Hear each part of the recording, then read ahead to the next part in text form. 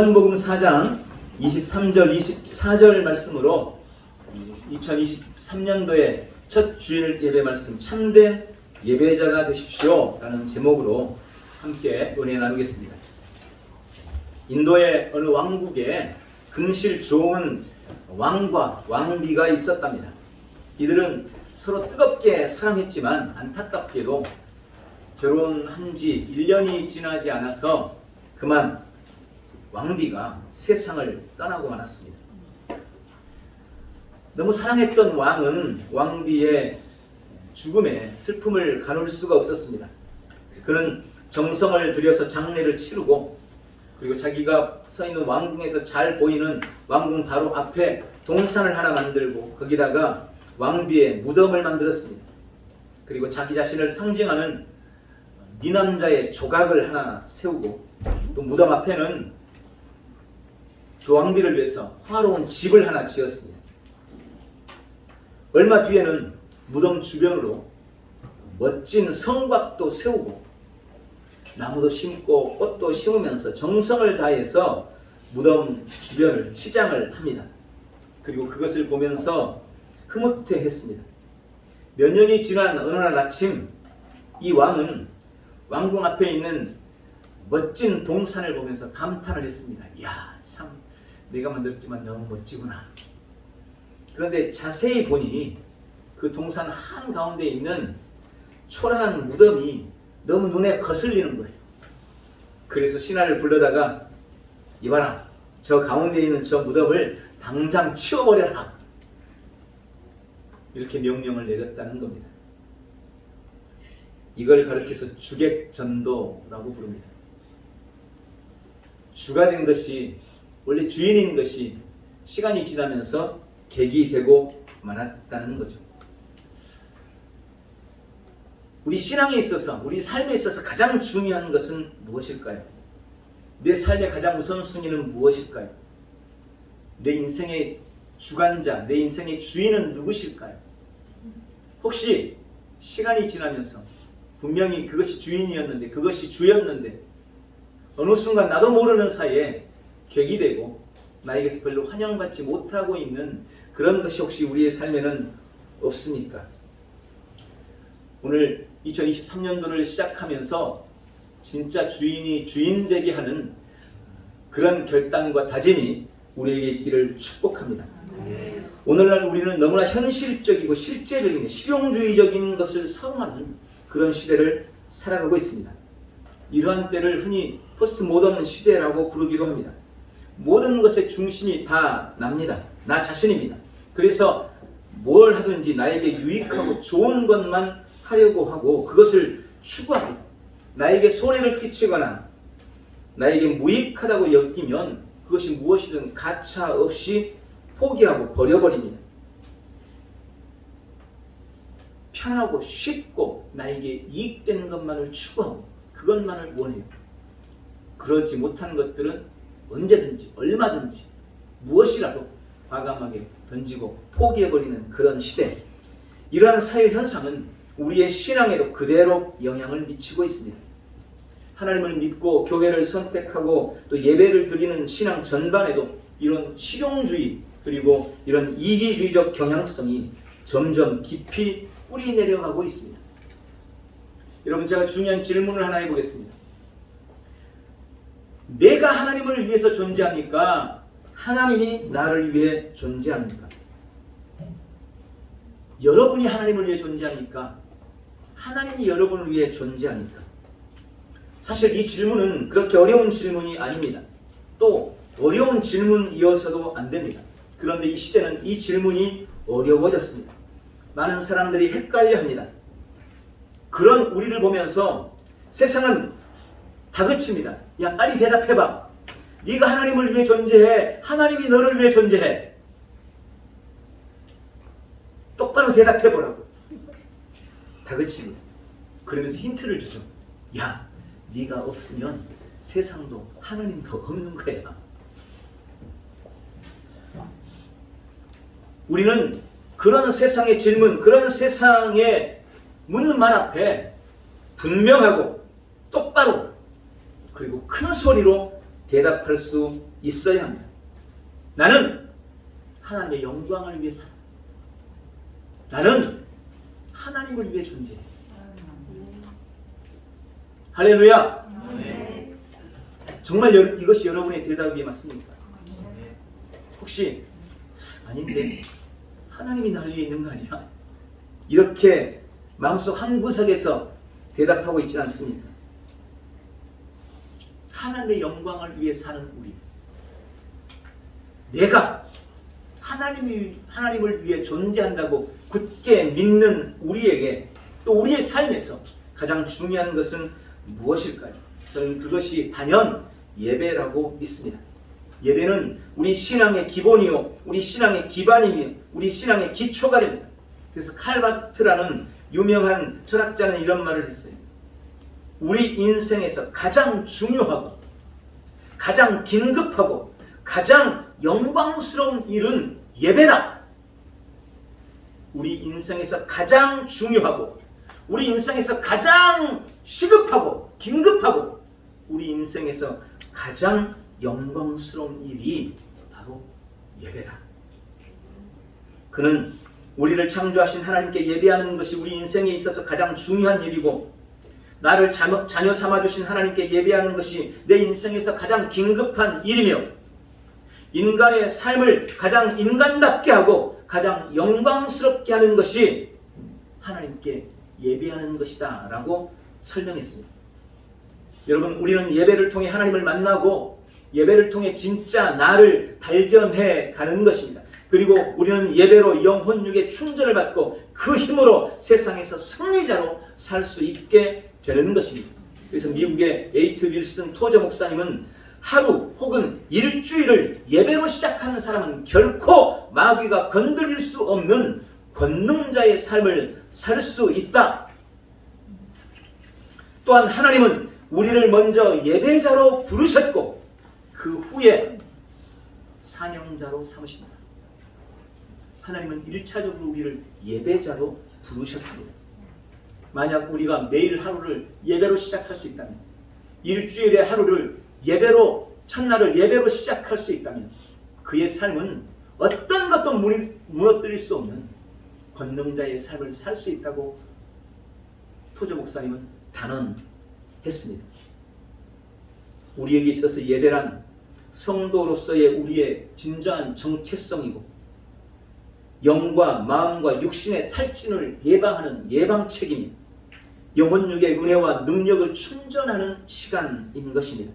오늘 2023년도 첫날 첫 주일을 보내면서 2023년 주님이 찾으시는 참 예배자, 나는 주님이 기뻐하시는 참 예배자로 삶을 살리라 결단하는 복되고 귀한 시간 되시기를 축복합니다. 오늘 본문의 주님은 하나님은 참된 예배자를 찾고 계신다고 말씀하고 계십니다. 오늘 본문에 한 여인이 등장합니다. 이 여인은 참 기구한 인생, 소위 말하는 기구한 팔자를 타고난 그런 여인입니다. 남편이 5이나 있었습니다. 그리고 지금도 어떤 남자랑 살고 있는데 역시 그도 자기 남편이 아닌 겁니다. 남편이 5, 지금 살고 있는 남자까지 6이라는 것에서 여러분은 와, 훌륭한데 이렇게 생각이 됩니까? 아마 대부분 그렇지 못할 겁니다. 야, 참 그 여인의 삶이 기구하구나. 그녀도 그걸 알았어요. 그래서 보통 팔레스타인에서는 한낮에 일하지 않습니다. 그때는 시원한 데서 쉬죠. 아무도 없는 대낮에 이 여인은 혼자 물들어 우물가를 찾아왔고 거기서 예수님을 만나게 됩니다.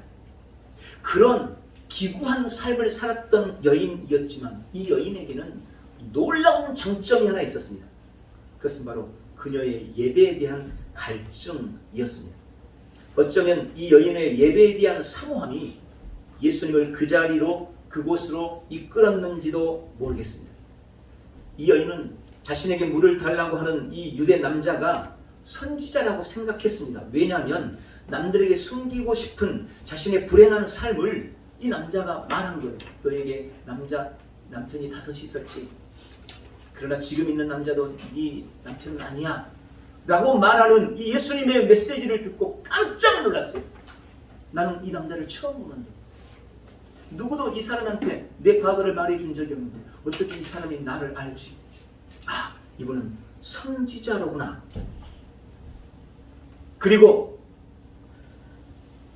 그 선지자라고 생각하는 예수님께 물었던 그녀의 첫 번째 질문이 바로 자기 자신이 가지고 있던 예배에 대한 갈증에 대한 문제였습니다. 예배에 대해서 예수님께 묻고 있어요. 여러분, 처음 본 사람이 뭔가 좀 자신한테 대단한 사람인 것 같아요. 뭔가 답을 줄 수 있는 사람인 것 같아요. 그때 가장 먼저 묻는 것이 그가 가지고 있는 가장 큰 고민 아니겠어요? 그걸 봤을 때 이 여인의 최대 관심사, 이 여인이 가지고 있었던 가장 큰 갈망은 예배였던 겁니다. 그리고 선지자로 여겨지는 예수님께 이 질문을 던진 겁니다. 저는 본문에 나오는 이 예수님과 여인의 대화에서 주님이 우리에게 던지는 중요한 몇 가지 질문을 묵상했습니다. 첫 번째는 당신은 예배에 대한 갈망이 있는가 하는 것입니다. 이 여인에게는 예배에 대한 갈망이 있었습니다. 그럼 당신에게는, 여러분에게는 예배에 대한 갈망이 있습니까? 이 여인은 비록 힘들고 고단한 세상을 살면서도 하나님께 예배만큼은 잘 드리고 싶었습니다. 그래서 선지자로 보이는 예수님께 이 예배에 대해서 물었던 겁니다. 예배에 대한 갈망, 예배에 대한 사모함이 우리에게 있는가? 주님은 우리에게 그것을 묻고 있는 것입니다. 정말 예배가 그렇게 중요한 것이라면 정말 나는 예배자로 살고 싶은가? 또 그렇게 예배자로 살려고 노력하고 있는가? 여러분, 사마리아 사람인 그녀는 자신들은 사마리아에서 예배하는데 유대인들은 예루살렘에서 예배한다. 그러면 도대체 사마리아에서 예배하는 게 참 예배냐? 예루살렘에서 예배하는 게 참 예배냐? 이걸 물은 거예요. 이 질문에 예수님은 매우 진지하게 대답하셨습니다. 오늘 21절, 22절에 예수님은 이렇게 말씀합니다. 여자여, 내 말을 믿으라. 이 산에서도 말고 예루살렘에서도 말고 너희가 아버지께 예배할 때가 이르리라. 너희는 알지 못하는 것을 예배하고 우리는 아는 것을 예배하노니 이는 구원이 유대인에게서 남이라. 일단 이 말씀을 보면 예수님은 일단 예수님이 태어난 유대인의 손을 들어주고요. 유대인들의 예배가 더 맞는 것 같다. 이렇게 말씀하시는 거예요. 그런데 그 이유를 보면 오늘 본문이 그렇게 말씀하는 거예요. 이 산에서도 말고 예루살렘에서도 말고, 이 말은 장소 때문이 아니라는 겁니다.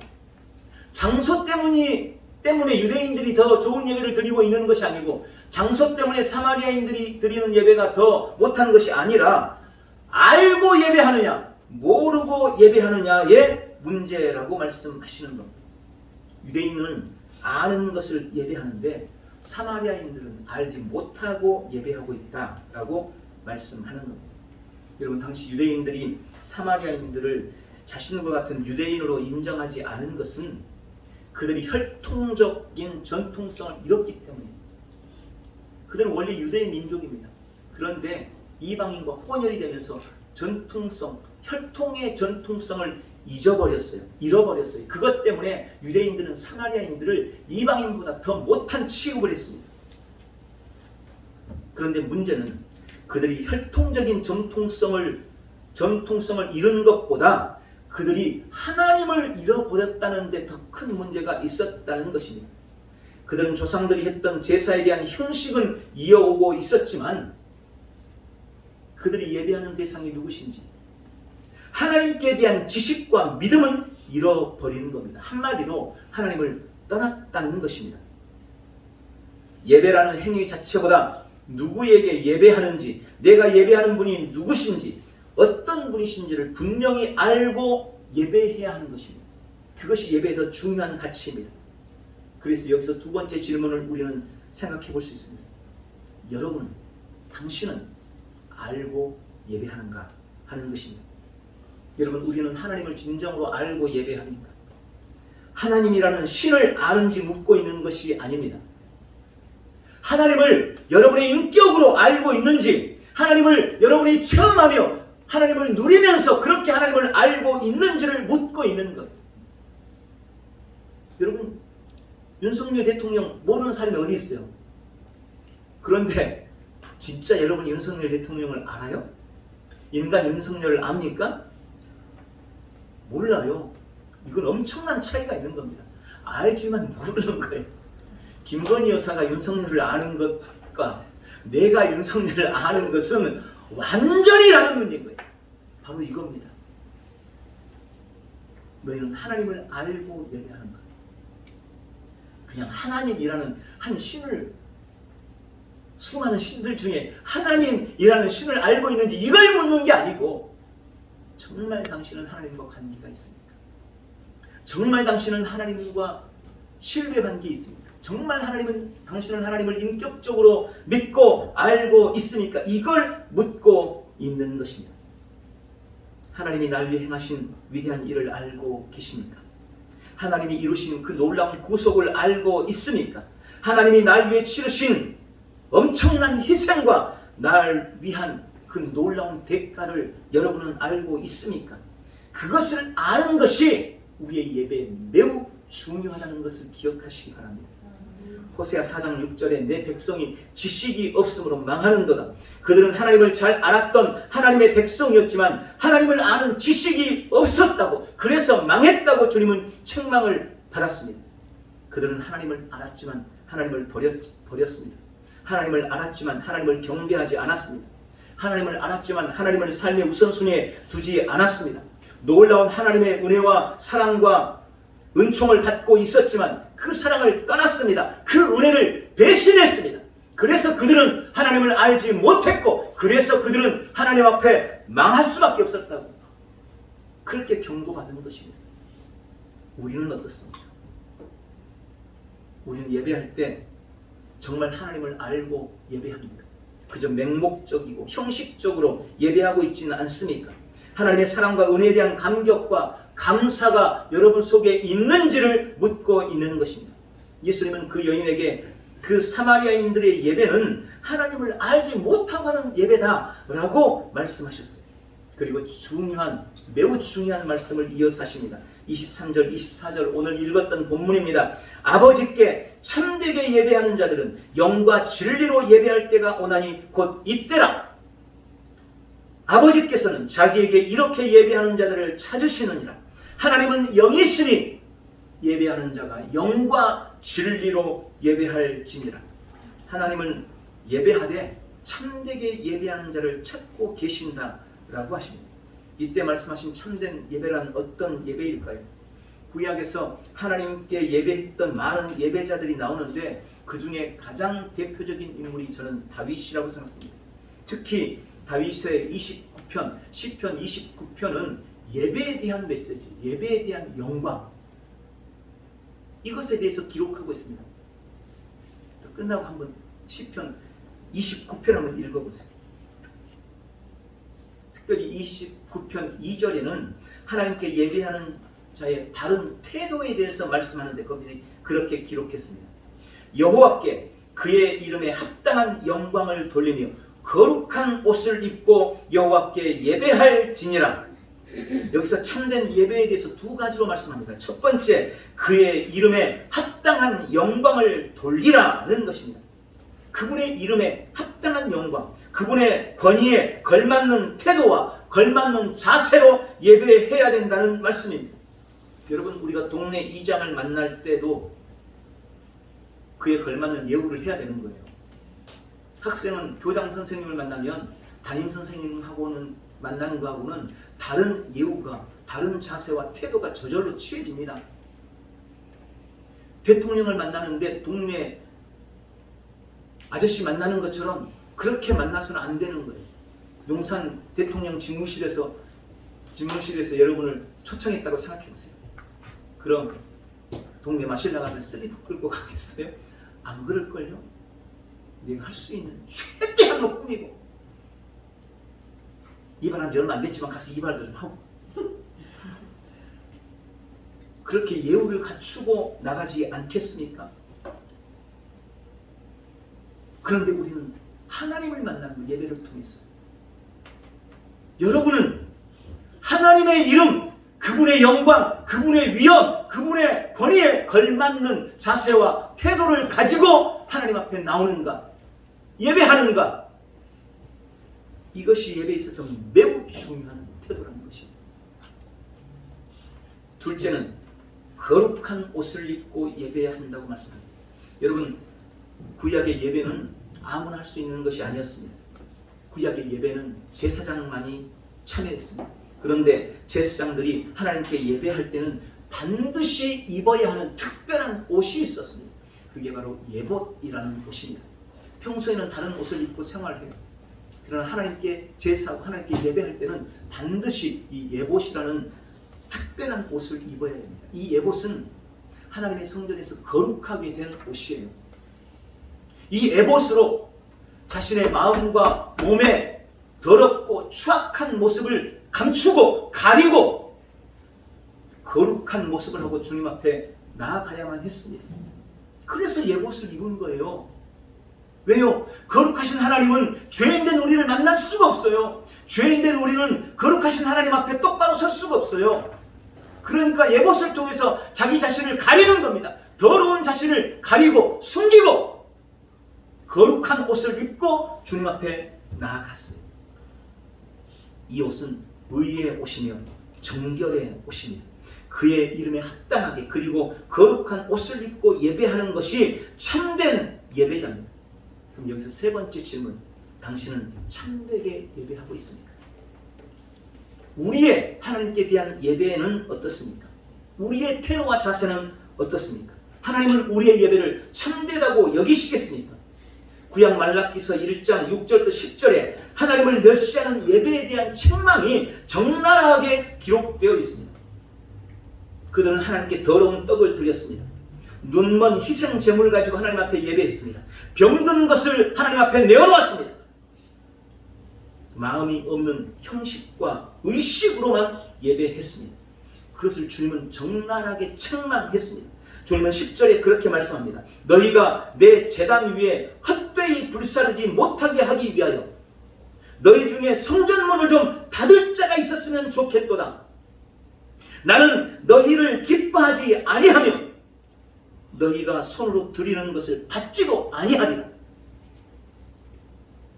자기 자신을 위해서는 좋은 것을 먹고 총독을 위해서는 좋은 것을 주는데 하나님 앞에서는 저는 것, 병든 것, 잘못된 것, 상한 것, 이걸 내놓는다는 주님이 너무 가슴이 아픕니다. 그래서 너희 중에 누가 좀 성전문을 닫아버렸으면 좋겠다 라고 개탄을 하십니다. 지금 이 시대 우리의 예배는 어떻습니까? 김남준 목사님이 쓴 예배 감격에 빠지라에 보면 일부 교인들이 가운데 행해지는 잘못된 예배에 대해서 이렇게 몇 가지로 지적했습니다. 물론 이것보다 더 많은 것들도 많이 있어요. 이 김남준 목사님이 지적한 몇 가지만 제가 말씀을 드립니다. 첫 번째, 항상 늦고 지각하는 만성적 지각 예배. 두 번째, 조롱으로 시작하여 축도할 때 깨는 수면제 예배. 세 번째, 시계 바늘만 계속 들여다보며 종치기만 기다리는 예배. 네 번째, 설교는 안 듣고 성경 읽기로 시간 때우는 독서 예배. 다섯 번째, 내용은 고사하고 제목 하나 기억 못하는 기억 상실증 예배. 여섯 번째, 일곱 번째인가요? 말씀은 제대로 듣지 않고 찬송으로 기분만 내는 감성적 예배. 여러분, 혹 우리의 예배는 이 여러 가지 중에 어느 것 하나에 속해 있지는 않습니까? 예배라는 말은 구약에서 샤하이 혹은 아바드라는 두 단어로 쓰였습니다. 샤하이라는 말은 엎드린다, 경배한다, 순종한다는 의미고 아바드라는 말은 봉사한다, 섬긴다라는 의미입니다. 신약에서는 예배라는 단어가 역시 두 가지로 쓰였습니다. 첫 번째는 월십, 두 번째는 서비스입니다.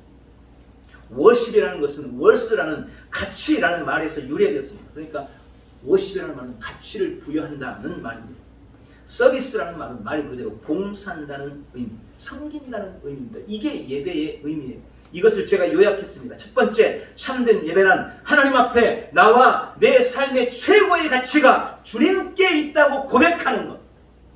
내 삶의 모든 가치, 최선의 가치는 오직 하나님이십니다. 이게 예배인 거예요. 두 번째, 참된 예배란 나를 지옥의 저주와 죽음에서 살리신 주님 앞에 엎드려 경배하고 순종하는 것. 경배하고 순종하는 것. 세 번째, 참된 예배란 하나님을 섬기며 봉사하는 일, 희생과 감사로 하나님께 최상의 서비스를 올려드리는 것. 레스토랑 같은 데 가면 서비스가 좋은 데가 있고 그러지 않은 데가 있죠.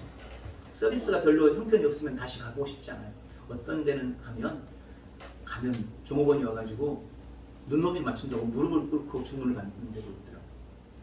그런 데는 야, 여기는 뭔가 다르구나 이런 생각 들죠. 하나님 앞에 최상의 서비스를 올려드리는 거예요. 우리의 예배가 그 행위인 겁니다. 지금 우리는 마땅히 예배자로서 바른 태도와 자세를 가져야 합니다. 그것이 예배라는 단어가 우리에게 주시는 중요한 교훈입니다. 그러나 오늘 예수님께서 가르치는 예배의 본질은 다른 데 있습니다. 진짜 중요한 것을 말씀드려봅니다. 두 번째, 영과 진리로 예배하는 참된 예배자가 되라는 것입니다. 구약 성경의 마지막 장인 말라기서가 끝났습니다. 말라기서 아까 말씀드렸죠. 말라기서를 통해서 예수님은 예배에 대해서, 주님은 예배에 대해서 엄청나게 경고하시고 책망했어요. 예배가 완전히 무너져 버렸어요. 하나님께 대한 예배가 무너져 버렸어요. 이 말라기를 끝으로 하나님께서 침묵하십니다. 아무 말씀도 안 하세요. 선지자도 안 보내고 말씀도 안 주세요. 예배가 망치니까 주님의 긴 침묵의 시간이 흐릅니다. 그렇게 400년이 흘렀어요. 선지자도 없고 하나님의 말씀도 없는 긴 침묵의 400년이 지났습니다. 그리고 어느 날 400년이 지난 어느 날 예수님이 오셨습니다. 그리고 예수님께서 오셔서 말씀하신 겁니다. 참된 예배자는 영과 진리로 예배하는 자다. 하나님은 영과 진리로 예배하는 자를 찾으신다. 그런데 여러분, 그 누구도 영으로 하나님 앞에 예배할 수가 없었습니다. 왜 그럴까요? 아담과 하와의 범죄 이후 모든 사람의 영이 다 죽었기 때문입니다. 영이 죽어버렸는데 어떻게 영으로 예배합니까? 그런데 주님이 오셔서 말씀하신 거예요. 하나님은 영과 진리로 예배하는 자를 찾으신다. 그리고 말씀합니다. 이때, 그때가 곧 이때다. 예수님이 오셔서 지금 이 말씀을 하시는 거예요. 이제 영으로 예배하는 때가 도래한다. 영으로 예배할 때가 드디어 왔다. 하나님은 영과 진리로 예배하는 자를 찾으신데 내가 그 일을 이룰 것이다. 지금 예수님이 바로 그 말씀을 하고 계시는 것입니다. 예수님은 하나님께 대한 예배를 회복시키기 위해서 이 땅에 오셨습니다. 그리고 십자가와 부활로 그 일을 완전하게 이루셨습니다.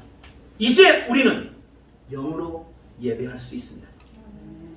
예수님의 구속으로 우리의 영이 거듭났기 때문입니다. 여러분, 우리가 거듭났다는 것은 우리의 육체나 우리의 혼이 거듭났다는 것이 아닙니다. 여러분, 누가 엄마 뱃속에 다시 들어갔다가 태어난 사람이 있어요? 예수님 믿을 때 우리의 마음이 거듭나지 못했어요. 우리의 육체도 거듭나지 못했어요. 그러면 무엇이 거듭났다는 말입니까? 우리의 영이 거듭났다는 거예요. 죄와 허물로 죽었던 너희를 그리스도 안에서 살리셨다. 아니, 우리 육체가 죽었습니까? 언제? 그래서 살아났나요? 아니요. 우리 마음이 죽었었습니까? 그래서 다시 태어났습니까? 아니요. 우리 영이 죽었었습니다. 우리 영이 죽었었어요. 그런데 예수 그리스도의 십자가와 부활로 우리 영이 살아난 겁니다. 예수 믿는 자와 믿지 않는 자의 가장 큰 차이는 바로 그겁니다. 세상 사람들의 영은 여전히 죽어 있어요. 그러나 우리는 예수 그리스도를 믿음으로 거듭났어요. 영이 다시 태어났습니다. 그래서 영이 거듭난 사람은 그 영으로 하나님께 예배할 수 있게 된 것입니다. 예수님이 영과 진리로 예배할 때가 오나니 곧 이때라 라고 말씀하신 것은 바로 이것을 의미한 거예요. 이제 우리는 영으로 하나님 앞에 예배할 수 있습니다. 구약에서는 아무 옷이나 입고 예배할 수가 없었습니다. 거룩한 옷을 입고 하나님 앞에 서야 하기 때문입니다. 그래서 거룩하게 된 예봇을 입고 겨우겨우 주님 앞에 섰어요. 자신의 육체 허물을 가리고 죄를 뒤집어 쓴 자기의 몸을 에봇으로 가리고 혹시 또 더러운 게 있을까봐 짐승의 피를 잡아가지고 뿌리고 또 뿌리고 또 뿌리고 그리고 하나님 앞에 예배하러 들어갔어요. 그런데도 만약 죄가 드러나면 어떻게 됐습니까? 그 자리에서 바로 죽었습니다.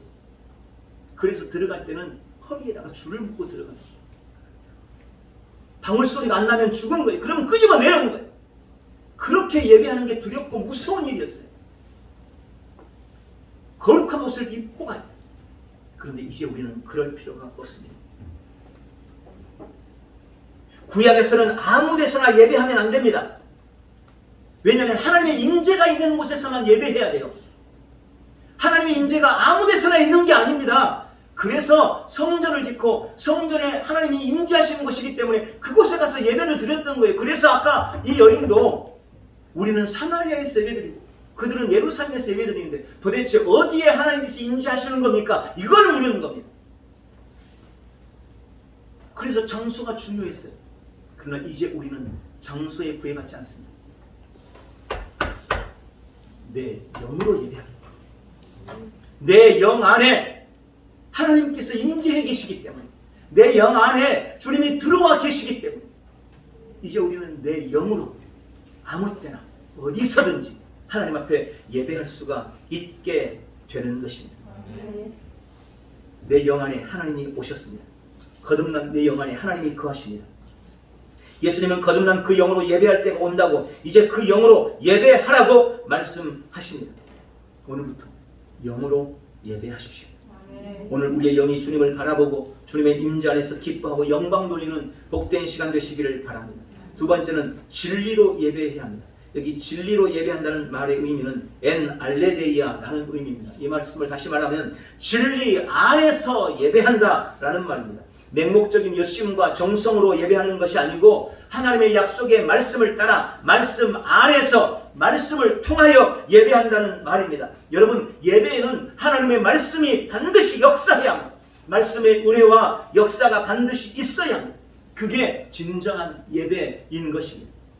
영으로 예배하고 진리 안에서 예배하는 복된 성도들 되시기를 축복합니다. 말씀을 냈습니다. 예배는 성도의 정체성입니다. 하나님은 예배하는 자를 찾고 계십니다. 성도의 최고의 갈증은 예배에 대한 갈증입니다. 2023년 예배에 대한 갈증을 가지고 매주일 영과 진리로 예배해서 하나님 앞에 참된 예배자, 하나님이 찾으시는 좋은 예배자 되어 예배가 주는 은혜와 영광을, 놀라운 축복을 여러분의 삶에 누려나가는 복되고 귀한 성도들 되시기를 예수님의 이름으로 축원합니다. 기도하겠습니다. 전능하신 하나님, 그리스도 예수 안에서 우리를 영과 진리로 예배할 수 있는 참된 예배자로 불러주셔서 감사합니다. 그런 예배를 주 앞에 결단하고 결심합니다. 우리 예배를 흠양하시고 연락해 주셔서 승리의 삶을 누리는 온 지체들 다 되게 축복해 주옵소서. 예수님의 이름으로 기도하옵나이다. 아멘.